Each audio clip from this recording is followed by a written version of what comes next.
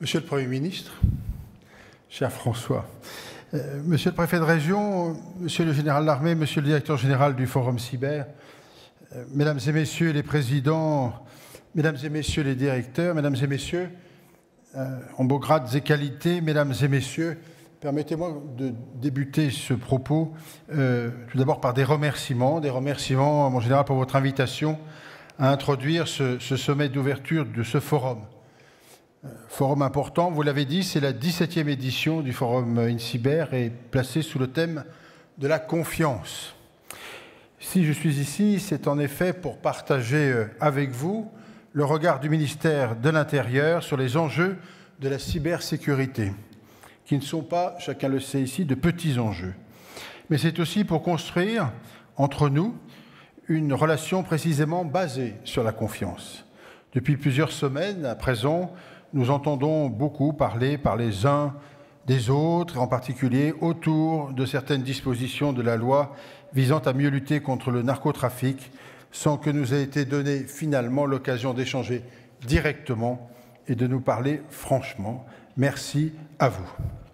Je dois vous dire qu'avec, aux côtés du ministre d'État, Bruno Retailleau, nous avons une mission qui est claire, qui est précise, qui est celle de faire respecter la loi, naturellement, et dans le respect de la loi, il y a bien sûr la nécessité de poursuivre les délinquants, les criminels, mais il y a aussi la nécessité, peut-être première, de protéger chacun et chacune de nos compatriotes. Et donc, ce point-là est important. Et contre la délinquance et la violence, nous avons, par exemple, demandé aux préfets et aux représentants des forces de l'ordre d'élaborer et d'appliquer dans chaque département un plan local de restauration de la sécurité du quotidien. Contre le narcotrafic, nous avons souhaité nous inspirer de la lutte contre le terrorisme et la comparaison n'est pas exagérée, même si la matière est différente. Hier, à Londres, avait lieu une rencontre des ministres de l'Intérieur européens. Au programme des discussions, la lutte contre le narcotrafic. Le texte, d'ailleurs, a dû être voté cet après-midi à l'Assemblée nationale, où doit être en cours. Ce n'est pas seulement, bien sûr, je voudrais le préciser, notre pays que le trafic de drogue menace de cartéliser. C'est en réalité notre continent tout entier qu'il risque de mettre en coupe réglée. Il s'y attelle déjà et la guerre pour son contrôle fait rage. On le voit au quotidien. En 2023, en Suède, les règlements de compte entre gangs liés pour la plupart au trafic de stupéfiants ont fait 53 morts et provoqué 363 fusillades et explosions. L'an dernier, dans la région de Bruxelles, ce sont 92 fusillades liées à ce motif qui ont été enregistrées, et en France, chez nous. Toujours en 2024, ce sont 110 personnes qui ont été tuées, là encore sur fond de trafic de drogue. Des villes comme Besançon, Poitiers et Grenoble sont désormais le théâtre de guerres de territoire qui se règlent à coups de kalachnikov et de grenades. Si les trafiquants prospèrent, c'est aussi parce qu'ils agissent à la vitesse des nouvelles technologies. Via Snapchat, bien sûr, ou Telegram, le réseau Caliwid publie des offres d'emploi pour recruter les courtiers qui iront ensuite livrer cannabis, cocaïne et drogue de synthèse aux consommateurs d'Île-de-France. Via WhatsApp ou Telegram, ce sont des tueurs à gages que la DZ Mafia engage à Marseille. À Malmö, c'est plutôt TikTok que les crime-fluenceurs choisissent pour opérer la mise en relation entre candidats au meurtre et donneurs d'ordre. C'est parce que les réseaux sociaux et les messages chiffrés sont désormais prisés des criminels que nous avons soutenu la possibilité pour les services de renseignement d'y avoir accès. Je sais que cette mesure a pu troubler les acteurs de la cybersécurité que vous êtes. Je sais que certains d'entre vous ont pu craindre qu'elle ne soit le prélude à un mouvement plus vaste. Nous entendons vos inquiétudes et nous les comprenons, mais je veux redire que la rédaction qui a été proposée ne portait pas atteinte au chiffrement ni ne créait de backdoor. Je veux redire qu'il ne s'agissait certainement pas de mettre en place une surveillance généralisée, mais d'avancer main dans la main avec les opérateurs pour donner à nos forces de l'ordre les moyens de lutter contre cette menace existentielle qu'est désormais le narcotrafic et plus globalement contre la criminalité organisée. Car les trafiquants de drogue ne sont pas les seuls, et loin de là, à utiliser les messageries chiffrées et le Darknet. Sur Telegram et WhatsApp, entre 2014 et 2019, des milliers de femmes et d'enfants yézidis ont été vendus par les terroristes de l'État islamique. Sur les sites oignons, les trafiquants d'armes continuent encore aujourd'hui de vendre pistolets et fusils d'assaut avant de les envoyer à leurs acheteurs, décomposés et dissimulés dans des box Internet. Et sur chacun de ces canaux, des forums aux boucles privées, les malfrats peuvent acheter et revendre les info-stealers comme les auteurs de ransomware, se chercher des affiliés. C'est tout l'écosystème du crime qui a investi le monde cyber. Les truands y croisent d'ailleurs les activistes, relais d'influence de certains États étrangers utilisés pour réduire la nôtre. C'est donc là que nous devons continuer notre combat pour rétablir l'ordre. Je dis continuer parce qu'il ne s'agit pas d'une nouvelle bataille, mais d'un nouveau front que nous ouvrons dans celle que nous menons déjà. Parce qu'il ne saurait y avoir d'endroit, autant physique que numérique, qui échappent à la loi. Nulle part, les criminels ne doivent s'imaginer quelque part, à quelque endroit, en sécurité, et y compris d'ailleurs sur les réseaux. Nulle part, l'impunité ne doit prospérer, c'est en tous les cas notre credo. Sur les nouveaux chemins qu'emprunte la criminalité, nous lançons d'ores et déjà de nouvelles brigades du Tigre, si j'ai pu utiliser cette expression, chère par ailleurs au ministre d'État. En tous les cas pour ce qui concerne Clémenceau. Mais depuis le 23 novembre 2023, le ministère de l'Intérieur s'est doté d'un nouveau commandement dans le cyberespace, le ComCyber MI comme ministère de l'Intérieur, comme ça les choses sont claires, est chargé de définir une stratégie ministérielle dont je dirai un mot dans quelques instants, de structurer les partenariats et de promouvoir une culture de la prévention. À cette date, nous avons aussi réorganisé les services opérationnels qui luttent au quotidien contre la cyberdélinquance et le cybercrime. L'Office anti-cybercriminalité, né de la fusion de la sous-direction de la lutte contre la cybercriminalité et de l'Office central de lutte contre la criminalité liée aux technologies de l'information et de la communication, est dorénavant le service coordonnateur de cyberopération. Pour une plus grande efficacité, nous lui avons ensuite rattaché deux plateformes importantes, bien sûr Pharos et Thésée. Nous avons fait de cette nouvelle organisation la pointe avancée de notre combat contre la cybercriminalité. Et cette pointe perce déjà les protections les plus sophistiquées. Avec leurs collègues néerlandais, les agents de l'OFAC sont parvenus en décembre dernier à démanteler Matrix, un service de messagerie chiffrée très élaboré, utilisé par des groupes criminels impliqués dans le trafic de stupéfiants, d'armes et le blanchiment d'argent à travers toute l'Europe. Les responsables de ce système ont été arrêtés, des dizaines de serveurs mis hors service et des millions d'euros de biens et d'avoirs ont pu être ainsi saisis. Si cet immense succès n'est sans doute et malheureusement pas arrivé jusqu'aux oreilles du grand public, une autre victoire de nos services lui a récemment sauté aux yeux. Il y a peu, plus de 2 mois, David Belon, le fondateur de Ledger, spécialisé dans la crypto-monnaie, et son épouse étaient libérés par nos policiers et nos gendarmes, dont ceux de l'unité nationale cyber de la gendarmerie nationale, qui étaient parvenus à tracer, au cœur de l'espace numérique, les crypto-actifs versés en rançon. Avec la brigade de lutte contre la cybercriminalité de la préfecture de police, il constitue véritablement ces nouvelles brigades du Tigre que j'évoquais il y a quelques instants. Ces brigades, elles se déploient à mesure que nous déroulerons la nouvelle stratégie ministérielle de lutte contre la cybercriminalité, dont je veux à présent vous dire simplement quelques mots. Nous avons choisi de mettre au cœur de cette stratégie la sensibilisation, bien sûr, la prévention et la formation. La sensibilisation parce que Trop peu de nos compatriotes sont aujourd'hui conscients de la dangerosité et de la diversité des menaces auxquelles nous sommes exposés. Car il n'y a pas que le narcotrafic et le crime qui ont conquis le cyber. Il y a aussi cette délinquance qui peut toucher chacun d'entre nous, de l'usurpation d'identité jusqu'au revenge porn. Cette sensibilisation, elle doit intervenir dès le plus jeune âge. C'est pourquoi le ministère de l'Intérieur participe en ce moment à l'opération intitulée Cactus, lancée par le ministère de l'Éducation nationale, qui vise à alerter nos collégiens et lycéens sur les risques liés aux opérations de phishing et de présenter les différentes formes que peuvent revêtir les arnaques.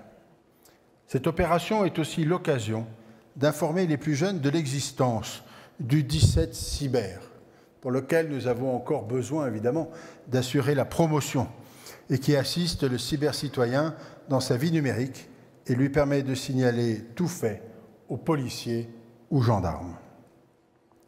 La prévention, parce qu'on ne lutte jamais mieux contre la menace qu'en empêchant qu'elle se concrétise, bien évidemment. Cet objectif de la direction NIS 2, entré en vigueur il y a près de 6 mois à présent, et qui étend les exigences de sécurisation des systèmes informatiques de NIS 1 à près de 15 000 entreprises et collectivités territoriales. Je n'ignore pas l'inquiétude de certaines d'entre elles quant au coût important de mise en conformité de cette directive, que cette directive générera. Je n'ignore pas non plus le ras-le-bol bien légitime que l'avalanche de normes et de contraintes nouvelles n'ait pas sans portée, sans charrier, précisément même. Je veux vous dire que le ministère de l'Intérieur travaillera de concert avec l'ANSSI, bien sûr, partenaire indispensable pour nous, pour proposer des actions concrètes et accompagner les entités que nous considérons comme essentielles et importantes. Mais véritablement, ce point de prévention est un point substantiel.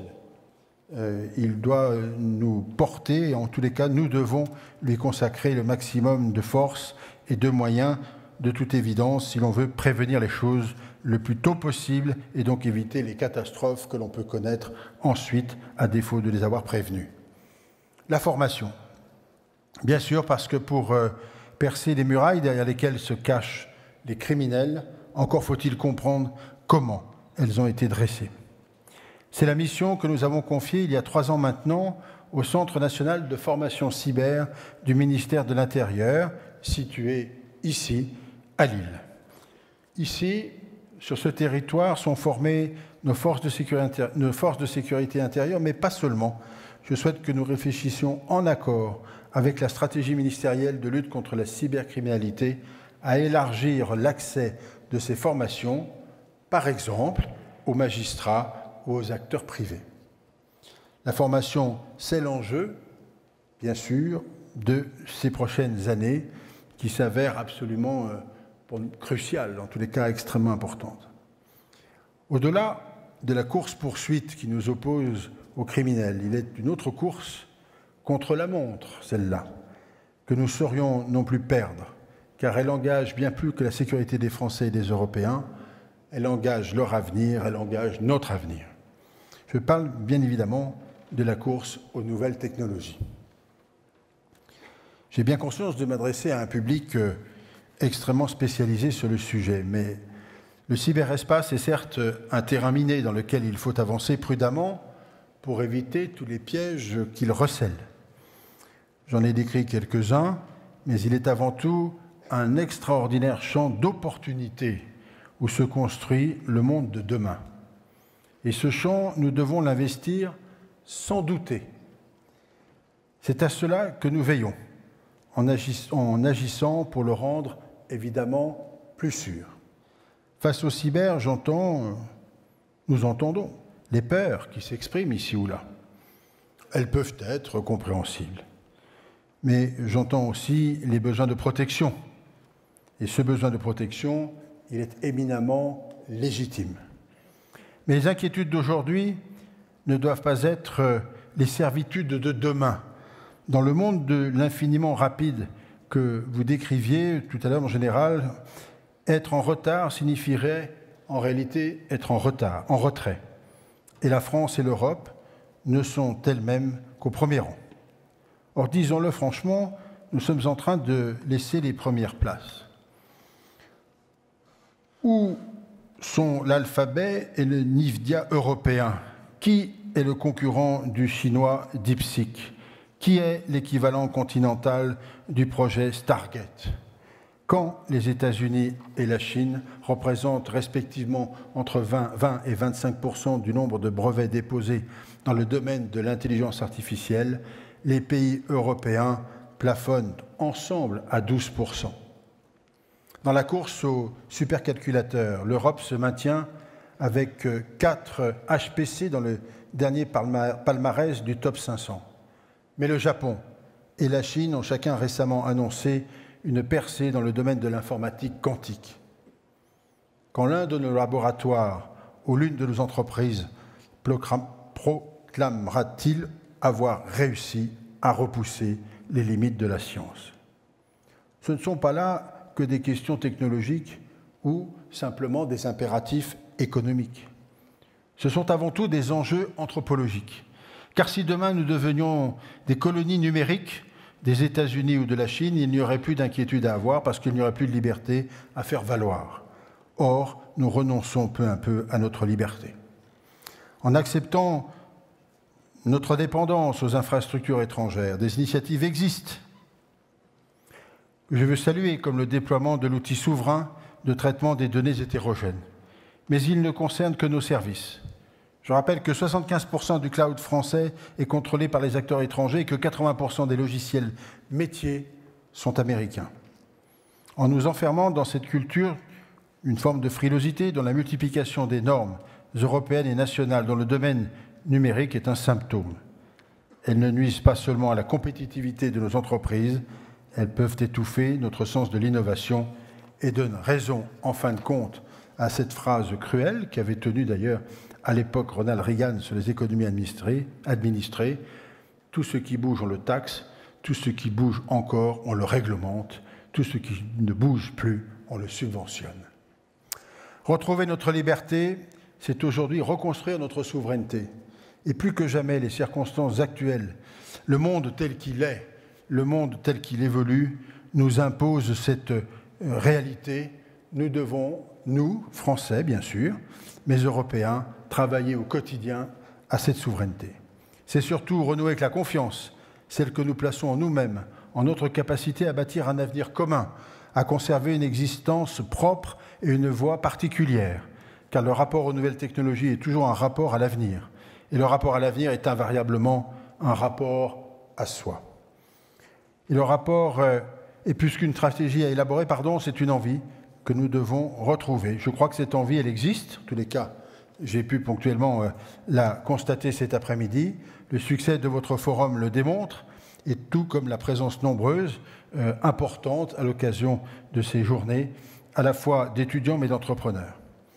Je ne saurais terminer ce propos sans vous redire qu'en réalité, dans les moments difficiles, y compris d'ailleurs les moments difficiles que nous pouvons vivre actuellement, en tous les cas les questionnements, les inquiétudes, les changements d'alliance et leurs conséquences, il est peut-être finalement une chance, celle que nous saisissions notre avenir fermement et que dans la matière qui nous occupe cet après-midi, où nous sommes malgré tout tout de même bien placés grâce aux entreprises, grâce à vous, grâce à l'organisation aussi publique, disons les choses telles qu'elles sont, eh bien nous avons l'occasion là peut-être d'asseoir dans les mois, dans les semaines qui viennent, une souveraineté retrouvée, en tous les cas, à tout le moins mieux maîtrisée parce qu'il le faut, et donc une souveraineté peut-être européenne aussi plus pérenne, de manière à ce que nous abordions pour le coup sereinement l'avenir qui s'ouvre pour nous et pour ceux bien sûr qui nous succéderont.